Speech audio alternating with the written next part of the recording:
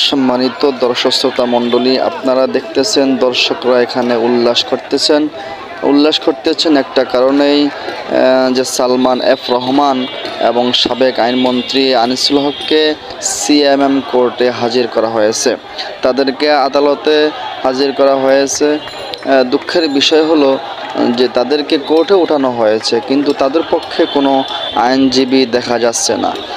বিরোধী পক্ষ যারা রয়েছেন, যাদের সন্তানকে হত্যা করেছে, তারা নিউ মার্কেট একটা মামলা করেছেন। ওই মামলায় তাদেরকে গ্রেফতারি দেখানো হয়েছে। গ্রেফতারি দেখানো হওয়ার পরে তাদেরকে সন্ধ্যায় সিএমএম কোর্টে হাজির করা হয়েছে। এই কারণে দর্শকরা এখানে উল্লাস করতেছেন, কেউ জুতা নিয়ে, কেউ ঝাড়ু নিয়ে, কেউ ভুয়া স্লোগান দিয়ে, কেউ আবার ডিম তাদেরকে নিক্ষেপ করা হয়েছে। কেউ আবার স্লোগান দিচ্ছে যে দরবের বাবা, শয়তান বাবা, এগুলো বলে তারা